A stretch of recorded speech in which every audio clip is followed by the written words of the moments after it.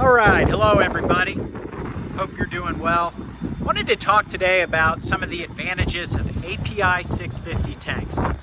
And to show you one, I will showcase this 40,000 gallon, 12-foot diameter, 40-foot long, 304 stainless steel API 650 tanks. So one of the advantages of 650 is you must have ASME welders. These are not guys walking off the street welding on your tanks. They must be ASME certified. They also can handle pressure. So API 650 tanks can handle up to 2.5 PSI.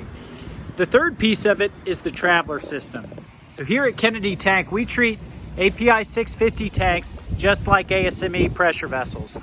Every fit up and every weld, whether it be inside or outside, gets checked off by the welder, our foreman, and our quality control team. Another advantage of API 650 is the top angle. So in many UL tanks will not have a top angle welded to the top shell course, which is welded to the cone roof. And you can see the API lift lug there, which obviously gives it full support. So those are some of the couple advantages I think of when I think of API 650. We feel we are API 650 experts in the tank industry. We'd love to quote your next 650 tank. I'll talk to you soon. Bye.